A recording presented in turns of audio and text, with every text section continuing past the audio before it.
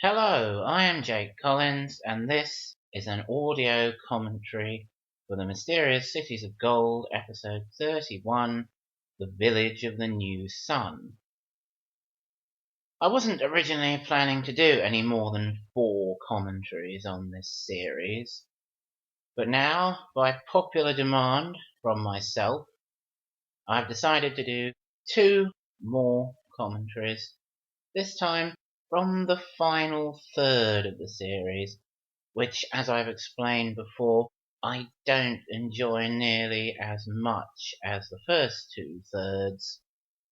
However, there are some things I want to say that are going to make these commentaries well worth doing for me.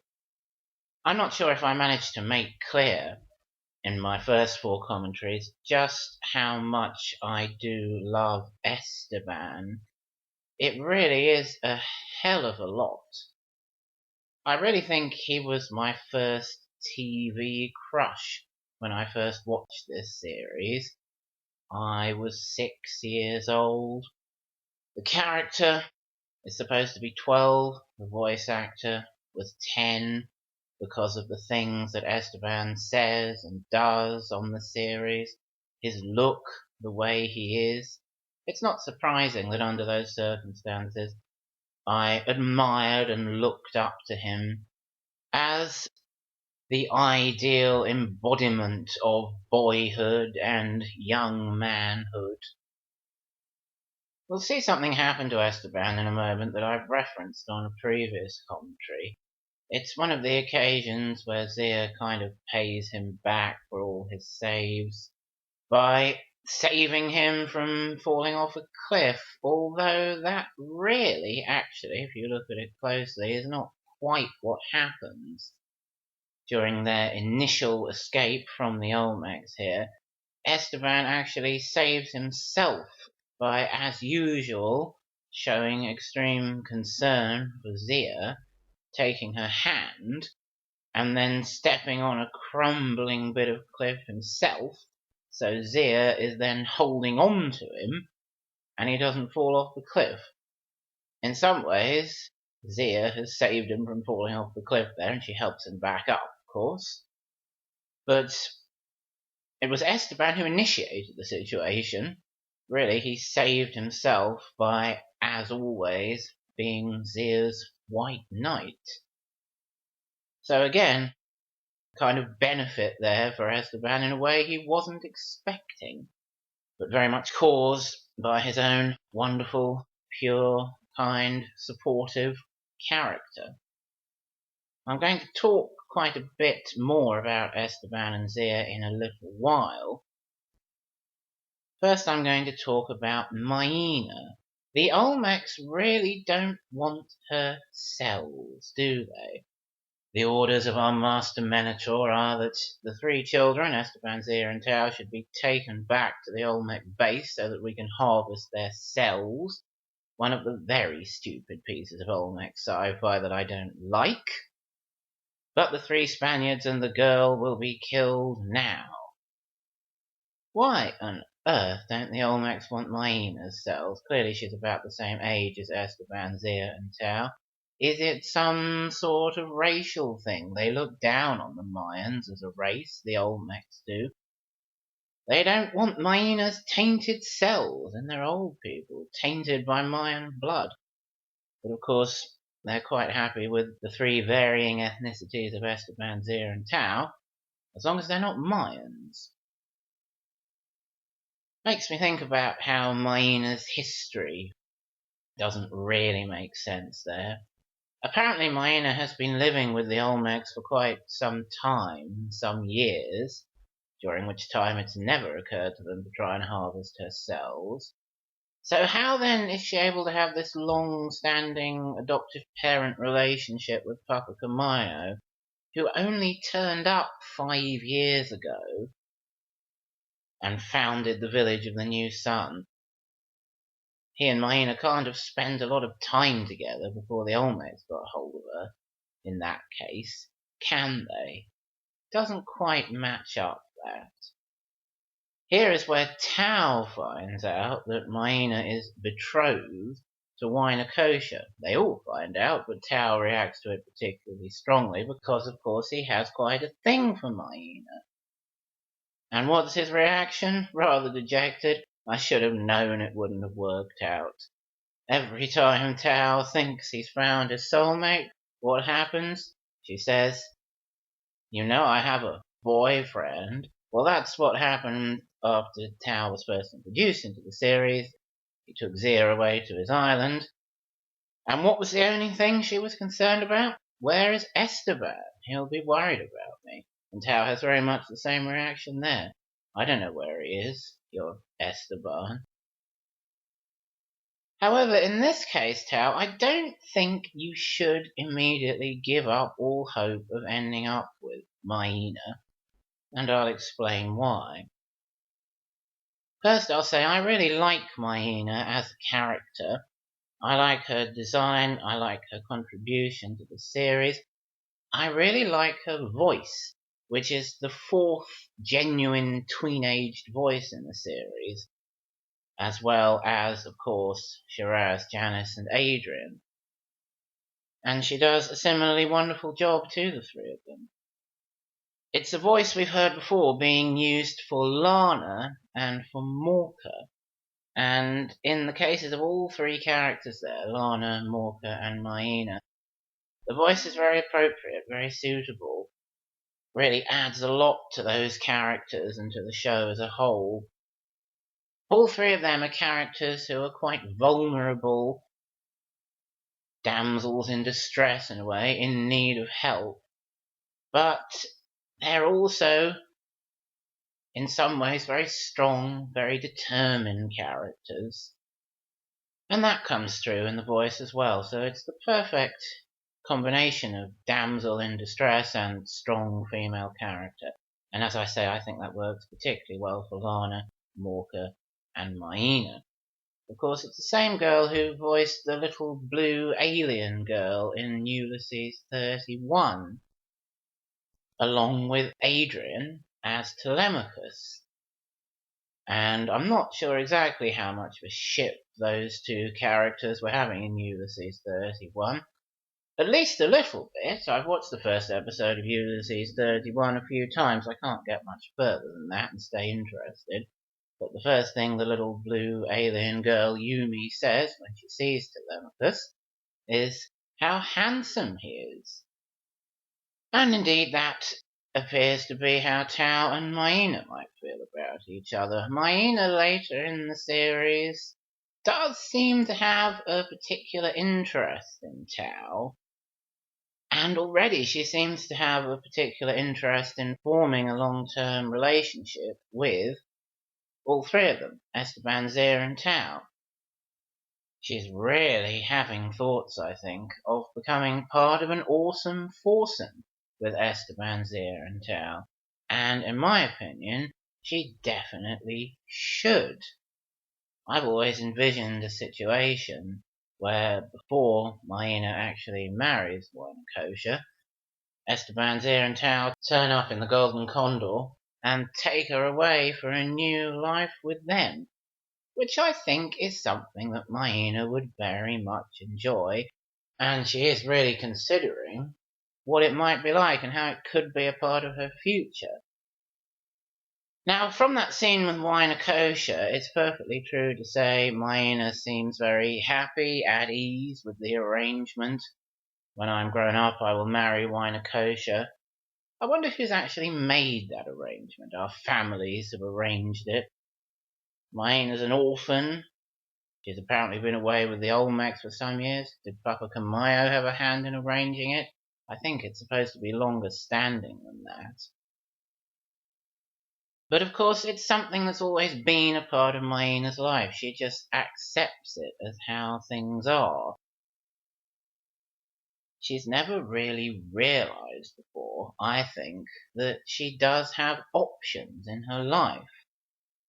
And much as she's been happy enough up until this point to think, I will marry Wainkosha when I am grown up, she's now realizing, hey, maybe there's an alternative here.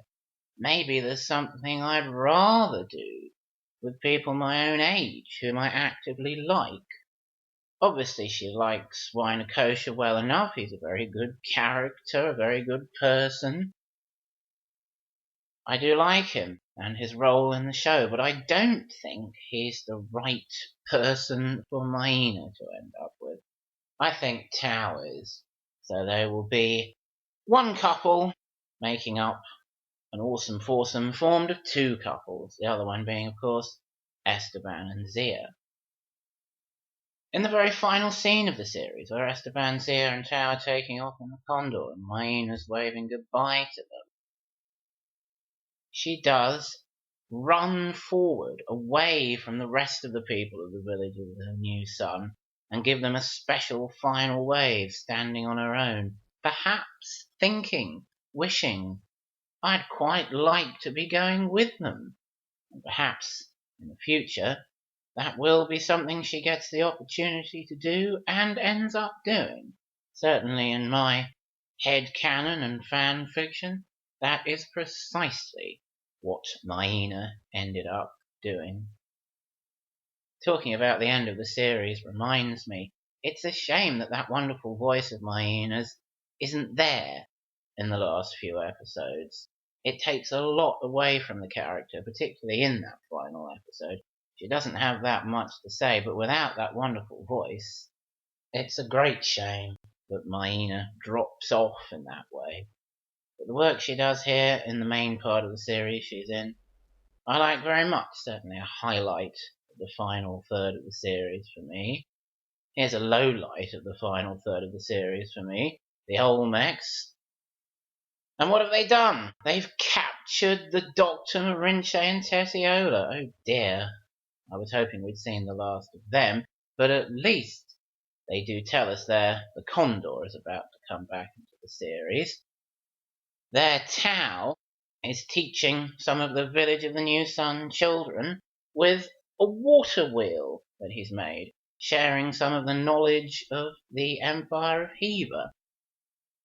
And that always made me think maybe after all their adventures are over, Tao would like to open up a school somewhere in the world when the awesome foursome finally settle down, and pass on some of that knowledge of the Hiva Empire, not too much, but enough, to future generations to do some good with it. So that's where that comes from, my vision for Tao as a teacher. Now here is a scene between Esteban and Zia, which is not all it could be and should be. Basically, it's a good scene and it's a good interaction between them. They show a lot of concern for each other.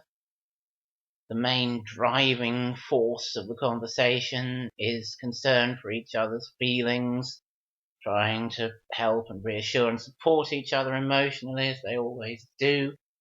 But I think the English dub lets that scene down quite a bit. I'm not sure exactly how it's supposed to go in French, and I'm sure it was at its best in the original Japanese. But when Zia says there, Maina's lucky because she has someone who can love her, ironically, Zia's talking about her own father there, of course. That's really quite a tactless thing to say to Esteban. I mean, who has shown more love for another person than Esteban has for Zia ever in the history of the world? No one, in my opinion. And really, I do think that's a problem with the English dub, because it's not exactly what Zia's trying to say, is it? She's really talking about parental love. Maina's lucky because she has a parental figure to give her that kind of support, parental love that we're both missing and yearning for. But the way it's been translated into English, and possibly in the original French, I don't think it comes across very well. At least we get to see the Golden Condor again here. It doesn't fly in this episode. Esteban and friends haven't come back to it yet, but they will soon. So there's something that means the series is going to be worth watching from this point onwards. That's not the first example I've given of conversations in English between Esteban and Zia that I think could have gone better. Nevertheless, the relationship between Esteban and Zia has always been my favourite aspect of this series since I rediscovered it on YouTube when I was 23, certainly. I'm not sure quite how much it struck me when I was 6, watching the series originally. I do know, at that point, when I watched it when I was 6, I was absolutely enthralled and awestruck by the series, and it became very much a favourite of mine, something I found absolutely brilliant. When I watched it on YouTube when I was 23, I had the same sort of feelings of awe and wonder. I was also extremely impressed by it, in a more kind of critical way, being older. I wasn't expecting it to be that good, that sophisticated. And what really struck me about it most was the intensity of the relationship between Esteban and Zia. I really think it is the best example you'll find in any sort of art form of two people who purely and simply, intensely and unbreakably love each other. Their actions, their words to each other demonstrate this all through, and partly because of the way it's written, partly because of the way it's animated, partly because of the performances of Shiraz and Janice, the bond of love between Esteban and Zia I've always found extremely striking and extremely compelling. If you want to pinpoint a moment on screen where it becomes obvious that they are actually in love with each other, I would go for the scene at the end of episode 3 where they're locked up in the brig together. Before that, they've been navigating through life on ship together, getting to know each other and supporting each other a great deal. But from their conversation, their interactions there in the brig, from that point forwards, I would say they are always demonstrating love for each other. Of course, what should be a great scene in this final third of the series is Esteban's epic rescue of Zia from the Olmec machine. Unfortunately, narratively, it turns out to be rather null and void, because what happens? Tao ends up being left on there in Zia's place. It would have been better if Esteban had snuck onto the Olmec machine by himself, come up with the plan he does come up with to follow the Olmec to the control room and rescue Zia from there. However, as it stands, it is a pretty exciting rescue scene. Esteban doing all that running, window smashing, and swimming to save Zia. But again, I think the script lets it down a bit afterwards. When the High Priest turns up and Zia says to Esteban, "This is the man who saved our lives." Yeah, it's not like Esteban really did it, is it? It's not like he hasn't just gone all out with the most incredible physical feat to save you, Zia. And what do you end up telling him? This is the man who saved our lives. I actually think, and I've always thought, they could actually kiss at that point. I think that would have added quite a lot to the series. And that's the one thing I do actually agree with the sequel makers about. At some point, quite soon after the closure of this first series, Esteban and Zia will share true love's first kiss. But in an ideal world, I think they would have done it there on the City of Gold Island before Esteban's father turned up. Esteban's father finds his son kissing a young Inca girl. What's he going to think to himself? Like father, like son. That rescue, of course, is another one of Esteban's physical feats. While watching through this series a little while ago, it was striking me how many of Esteban's physical feats really are feats of endurance.